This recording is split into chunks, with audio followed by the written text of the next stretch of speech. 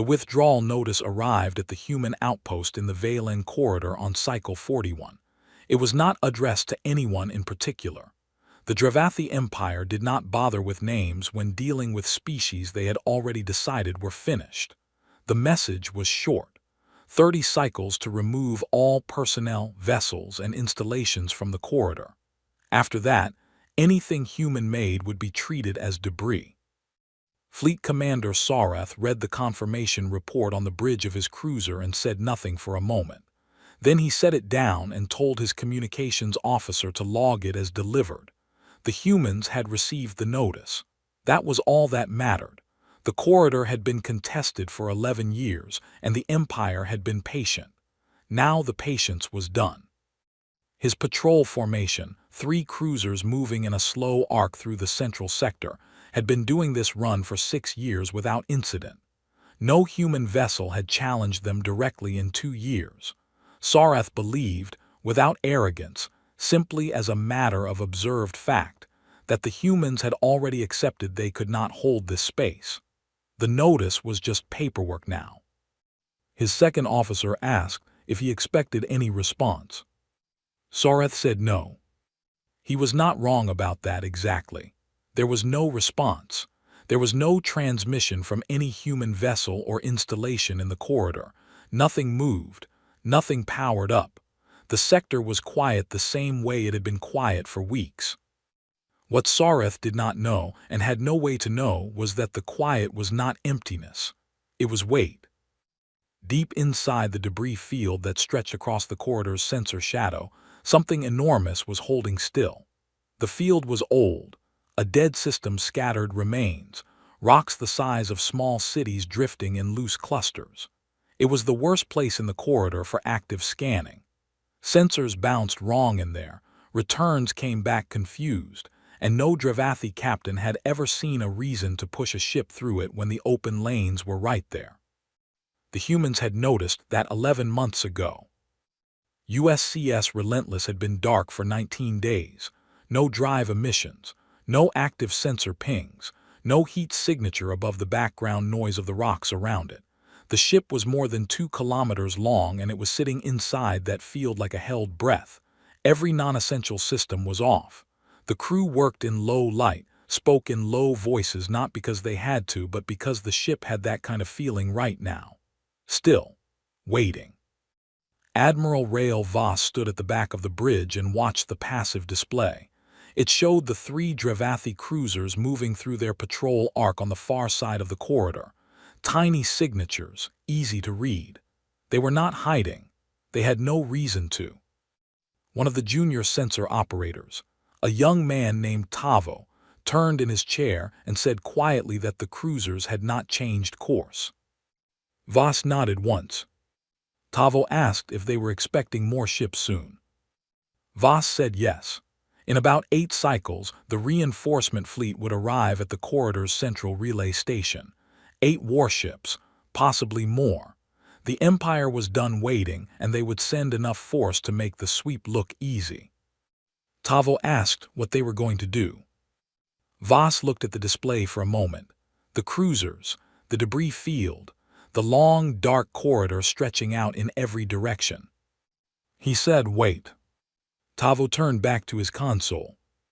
Commander Petra Sung was at her station on the far side of the bridge, running passive array checks for the 4th time that day. She did not look up. She had heard the exchange and did not need to add anything to it. She had spent 9 weeks building the targeting model for this operation. Every Dravathi patrol route, every known ship class in the reinforcement fleet, every relay station frequency, every fuel transfer window. She knew the formation the Empire would arrive in before they did. She had already decided what she was going to do about it. She just needed them to get here first. Chief Basu came up from the lower engineering decks and stood near the bridge entrance for a moment, wiping his hands on a cloth. He looked at the passive display, looked at Voss, and said the stealth envelope was holding clean. No leaks, no thermal drift above threshold. Voss thanked him. Basu nodded and went back down. The Relentless drifted. Rocks moved around it in their slow, ancient orbits. The 3 Dravathi cruisers completed their arc and began the return leg. In the corridor beyond, 6 human outposts were running on skeleton crews, making just enough noise to look occupied, just enough activity to look normal. They were not bait exactly, they were stage dressing. The real thing was already in position. Sarath's report, filed that evening to Grand Admiral Seth, said the corridor was quiet and the withdrawal notice had been delivered without incident. He described the human presence in the corridor as reduced and declining. He assessed the probability of organized resistance as low. He filed that report 19 days after the Relentless had already gone dark inside the debris field. The answer to the Empire's ultimatum had been in motion for 3 weeks before the ultimatum was ever sent. The reinforcement fleet did not arrive quietly. 8 Dravathi warships dropped out of transit in close formation, right on schedule, engines burning full as they decelerated toward the corridor's central relay station. They were loud the way powerful things are loud when they see no reason not to be. Active sensors sweeping in every direction. Identification beacons broadcasting. 2 of the ships were cruiser class and the other 6 were a mix of assault carriers and support vessels. Together, they massed more firepower than anything the humans had ever stationed in this corridor. They took up anchor positions around the relay station and began coordinating with Sarath's patrol formation. The plan was simple.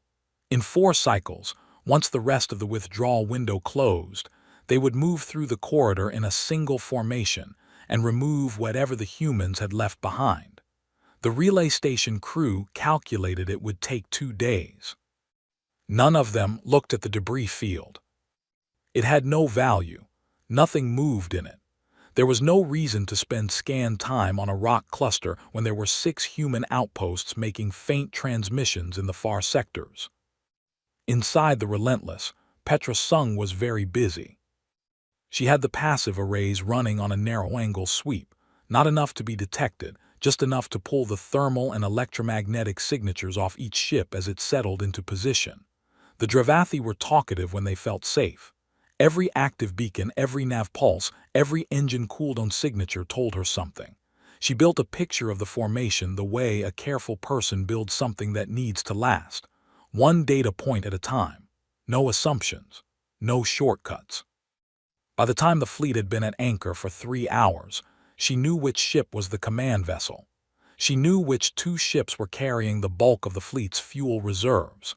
She knew the frequencies the relay station used to talk to the fleet, and she knew which of those frequencies was encrypted and which ones were not.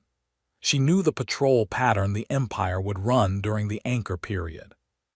She turned in her chair and looked at Voss. She said, "They lined up for us, Admiral." Voss looked at her display for a moment without speaking. Then he asked how confident she was in the command ship identification. She said 91%. The signal patterns matched the class profile, and the formation deference was consistent. He nodded. He asked about the fuel ships. She said both were confirmed. They were staying close together on the far edge of the formation, away from the cruisers. Voss looked at the display a little longer. 8 ships, full formation, already planning.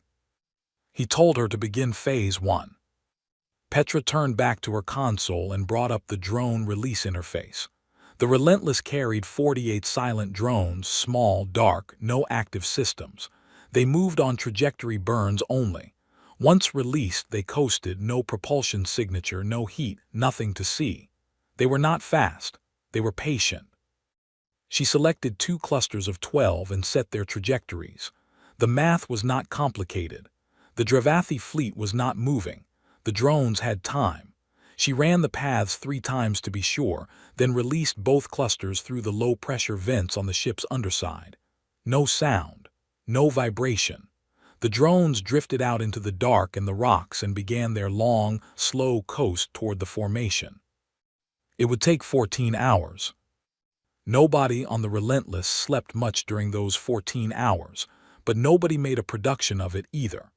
Tavo kept the passive arrays clean and called out any formation changes.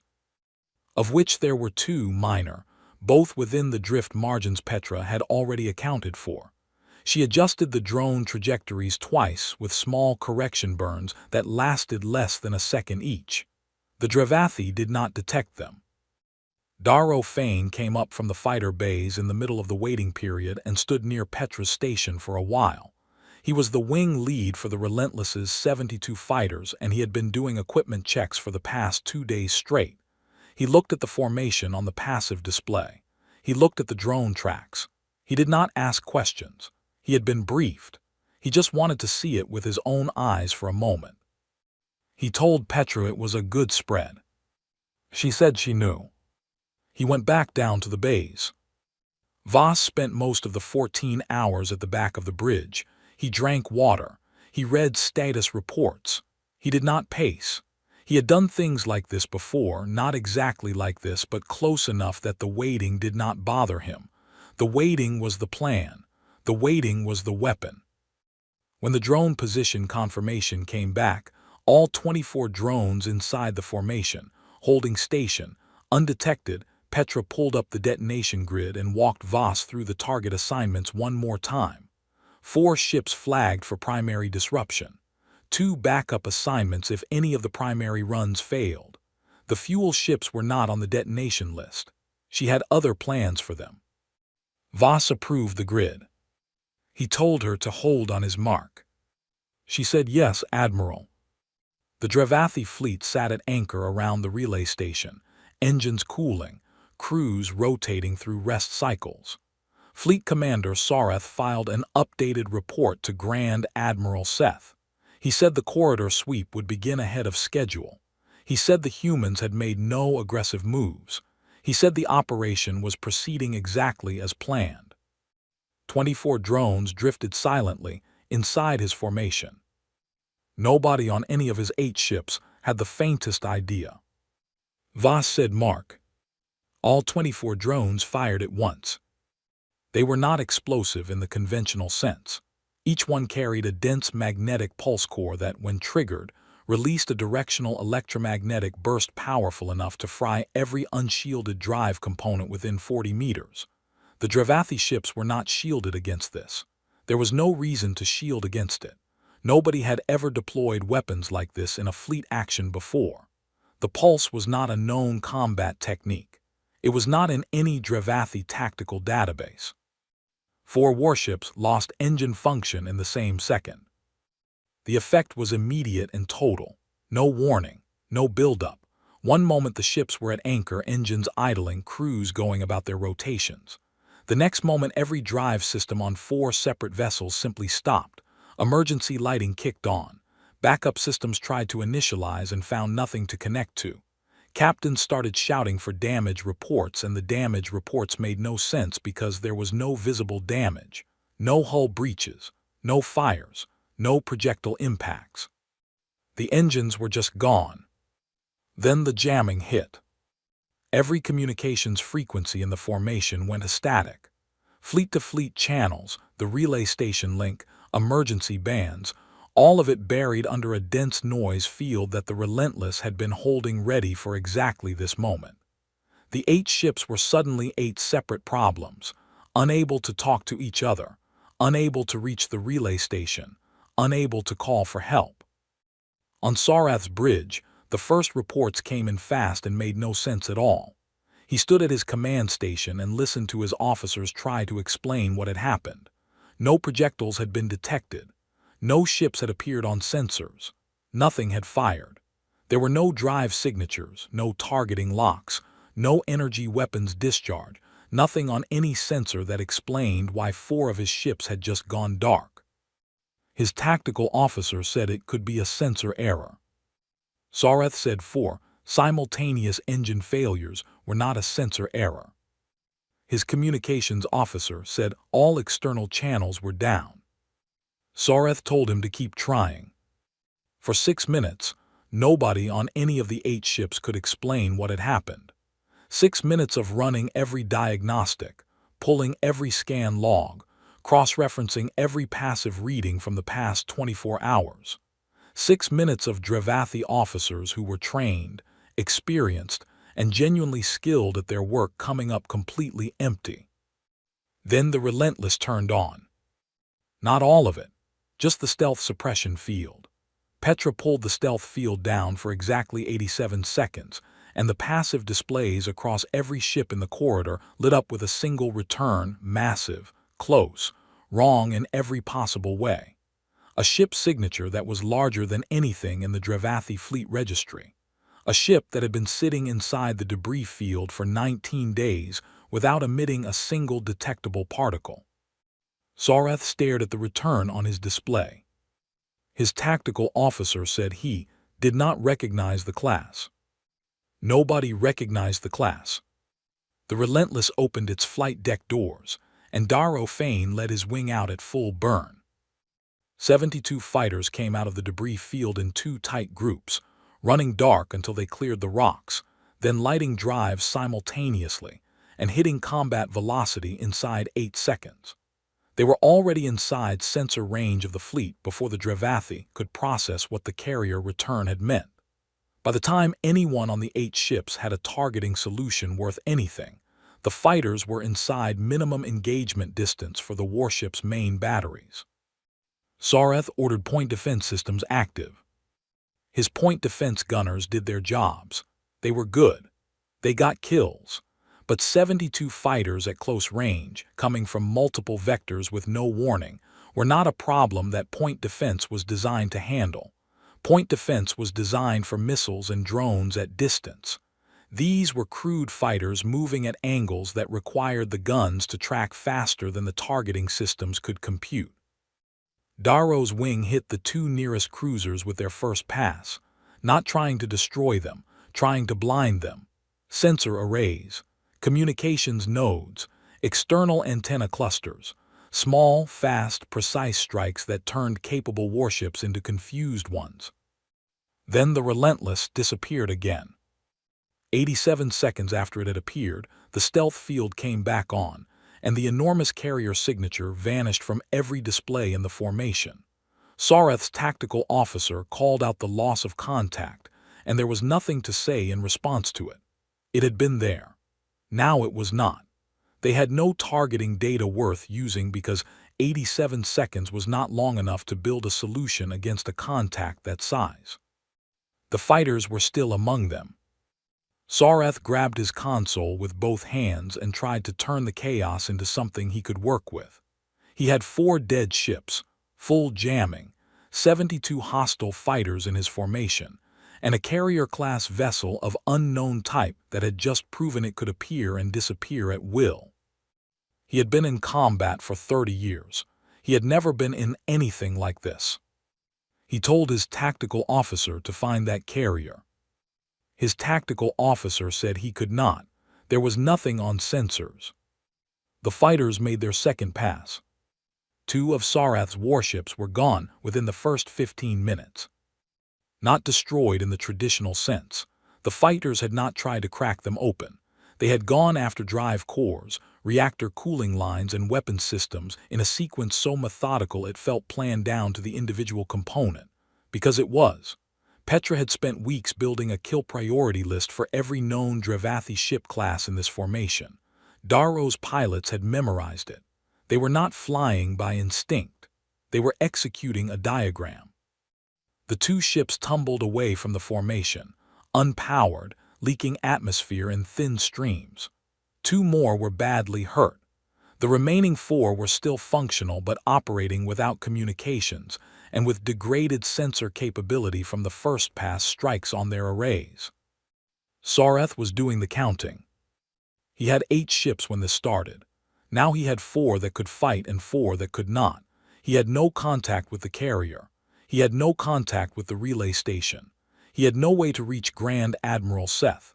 His fighters had managed to down 6 of the human craft, which was something, but 66 were still active and hitting him in rotation, one group attacking while the other turned for another pass. They were not in a hurry. That was the thing that stuck with him. They were not fighting desperately. They were managing him. He ordered his 4 functional ships to pull toward the relay station and regroup. If he could get to the station, He could use its communications array to reach Seth, and he could set up a defensive position with the station's point defense grid backing him. It was a reasonable order. It was the correct tactical response. That was when his analyst Yevha spoke up. She had said almost nothing since the attack started. She had been at her console the entire time, not running tactical overlays or damage assessments. She had been pulling passive scan logs. Everything the ship's arrays had recorded over the past 72 hours, frame by frame, looking for something she could not name yet but felt should be there. She found it at the 46-hour mark. A thermal trace, faint enough that the automated system had flagged it as probable rock mass and moved on. But it was not a rock mass. The shape was wrong. It was too regular, too consistent, distributed the way a cooling system distributed heat across a hull rather than the way rock distributed solar absorption. And it was large, larger than anything in the Empire's fleet registry. She cross-referenced it against the sensor return from those 87 seconds when the carrier had been visible, and the profiles matched within acceptable margin. She said, "Fleet Commander, the carrier was in the debris field. It was there before we arrived, before the withdrawal notice was even sent." Zoreth stopped. He turned from the tactical display and looked at her. She said the thermal trace was 46 hours old. The withdrawal notice had been delivered 31 cycles ago. The carrier had been in position before the notice was transmitted. The room was quiet for a moment. Zoreth's second officer started to say something about how that was not possible, how no crew could hold a ship that dark for that long, how the Dravathi sensor net would have picked up something over 19 days. He stopped talking because Zoreth held up one hand and the room understood the gesture. Zoreth thought about the withdrawal notice. He had read it as a human response to pressure, a species that had already lost accepting the formal end of the dispute. He thought about how a human admiral would read that same notice, not as a surrender, but as a window. 30 cycles of normal Dravathi behavior, standard patrol routes, predictable formation positions, no reason for the Empire to change anything or look anywhere new. While a carrier the size of a city sat dark in a debris field, and a tactical officer mapped every ship in the incoming fleet. The notice had not been compliance. It had been preparation time. He turned back to the tactical display and looked at the path to the relay station. His 4 ships were already starting to move toward it. It was the right move. It was what any trained Dravathi officer would do. He thought about what the human carrier's commander would know, about what a trained Dravathi officer would do. He told his navigation officer to hold position. His navigation officer looked at him. Zoreth said, "Do not move toward the relay station." 2 seconds later, USCS Relentless appeared on sensors directly between his formation and the relay station. Not 87 seconds this time. Just there, fully visible, holding position across the only open lane that led back to safety, main batteries live, fighter wings still active on the flanks. It had been there before he gave the order to move. The humans had not been reacting to his decisions. They had been ready for them before he made them. Yevha looked at the carrier return on her display and said nothing. There was nothing useful to say. Zoreth gripped the edge of his console and looked at the shape of the thing blocking his path and understood, with complete clarity, that this had never been a battle he was in a position to win. The Relentless held its position and did not fire. That was the thing Zoreth could not immediately process. A ship that size, with his 4 remaining vessels sitting exposed at close range, and it was just holding. Main batteries live but not tracking. Fighters cycling back into defensive orbits around the carrier rather than pushing another attack run. The jamming dropped off all frequencies at once, and external communications came back fully and without conditions. Then a single transmission arrived. No voice, no image, just navigational data. One route, A straight line out of the corridor, away from every human installation, away from every outpost, leading back through the transit point nearest Dravathi space. Nothing else. No demands, no instructions, no deadline given, just coordinates sitting there on the channel waiting. Sorath stared at it. His communications officer said the channel was still open. He said the human ship had not transmitted anything else. Sorath asked if there were any other signals, any encrypted traffic, any secondary message buried in the data package. His officer ran the check and said no. The navigational data was exactly what it appeared to be, a way out. 3 of his captains made their decision before Sorath said a word. The first ship moved toward the exit vector 6 seconds after the transmission. The second followed before the first had fully committed to the heading. The third waited almost 2 minutes, which Sorath could tell was the captain working through the same calculations he was working through, and then took the vector without a word on any channel. No explanation, no communication to Sorath, just gone. Sorath watched them go on the display. He did not blame them. He had 4 ships that could still move and a carrier sitting on the only strategic position that mattered. His fighters were spent. His communications to Seth were back, but he had not opened that channel yet because he was not ready to say the words that would have to be said on it. He was a fleet commander with 30 years of service who had walked into a corridor that had already been taken before he arrived, and the enemy had waited politely for him to figure that out. He was angry, not at the humans, not exactly, at the shape of it, at how clean it was. Yevha said his name quietly. He looked at her. She had the corridor map on her secondary display. She showed him the current position of every Dravathi asset in the Valen corridor, not just his formation but the patrol units, the logistics ships, the observation posts. If the carrier had been in position for 19 days, it had been watching all of it. It knew the corridor better than his own fleet charts. He opened the channel to Grand Admiral Seth. Seth had been watching on long-range relay. He had the broad shape of what had happened but not the detail. He listened while Sorath gave it to him in short, flat sentences. The carrier, the drones, the jamming, the way the exit vector had appeared without a word attached to it, the way 3 of his captains had already taken it. Seth was quiet for a moment after Sorath finished. Then he asked what Sorath's assessment was. Sorath said, "We cannot hold this position, Admiral. We cannot take the relay station with what remains. The human carrier is undamaged. Our fighter complement is gone. If we attempt to fight through to the station, we lose the rest of the ships." Seth asked about the carrier's capabilities. He asked whether it could be tracked, destroyed, flanked with fresh forces. Sorath said he did not know where the carrier would be if they tried to bring fresh forces in. He said that was the problem. He said it had been in that debris field for 19 days without being detected, and if it went dark again, they would be starting over, and it would not make the same positioning mistake twice. He said there was no positioning mistake the first time. Seth was quiet again, a long quiet this time. Then he said, "Withdraw, full corridor withdrawal, all units." Sorath acknowledged the order. He opened the fleet channel and broadcast the withdrawal order to every Dravathi unit in the Valen corridor. He gave clear instructions on route and formation. He did not explain the reason. They could read the tactical situation from their own displays.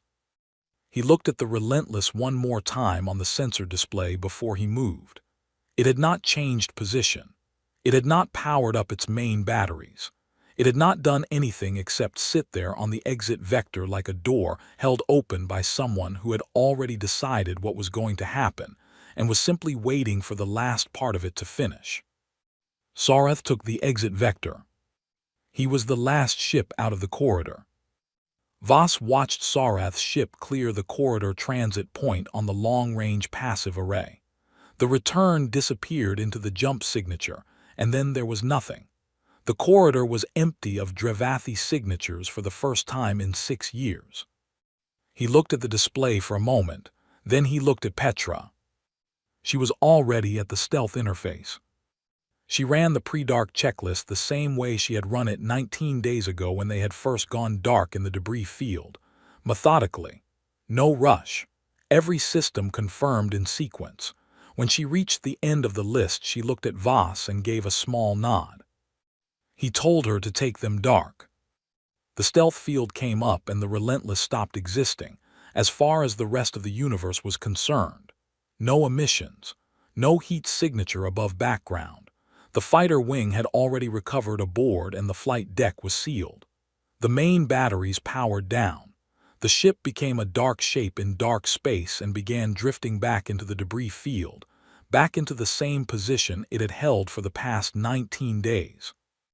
Tavo, at the sensor station, confirmed the stealth envelope was holding clean. Nobody said anything for a while after that.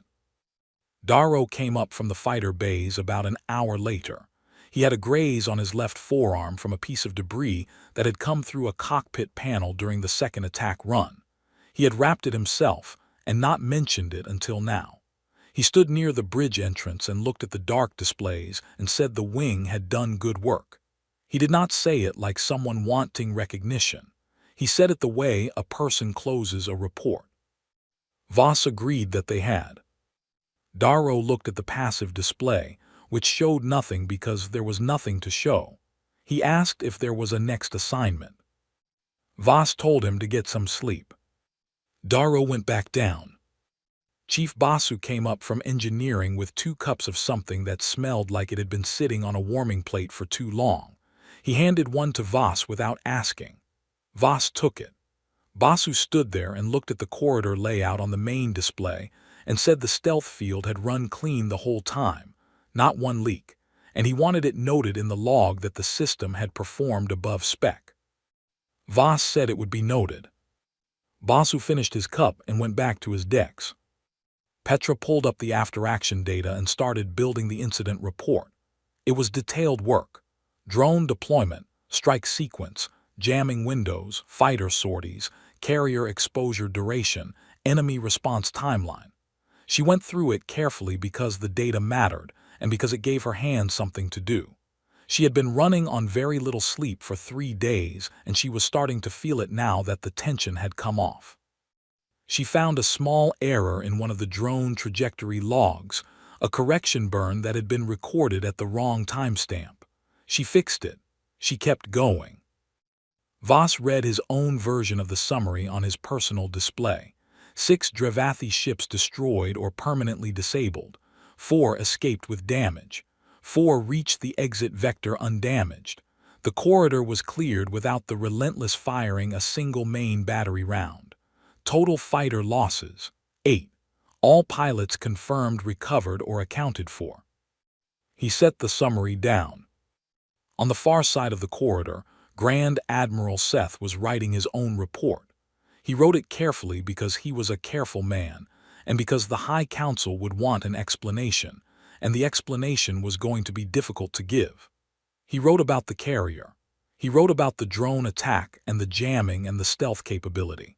He wrote about the exit vector offered without conditions and what that said about the human commander's intent. He described the carrier's dimension, as best as his ship's sensors had recorded in 87 seconds of exposure. He wrote the ship's last known status, undetected, position unknown, presumed still operating in the Valen corridor. His final line, we do not know where it went. He read it back, he sent it. Inside the debris field, USCS Relentless drifted in silence. The rocks moved around it in their slow orbits, the same way they had moved for 1,000 years before the ship arrived and would move for 1,000 years after it was gone. The corridor was human-held. The relay station would receive a small human engineering crew within the week. The outposts that had been running on skeleton crews went back to normal operations. Nobody outside the Relentless's hull knew where it was. Voss sat in the quiet bridge and finished the cup that Basu had brought him. It was not good. It was warm and it was there and that was enough. Petra was still working on her report, her face lit by the glow of her console in the otherwise dark bridge. Tavo had fallen asleep at his station. Voss decided to leave him. He looked at the passive display. Empty corridor, clean sweep. The debris field moving around them the same as always, patient and indifferent. He turned off his display and sat in the dark and let the ship drift.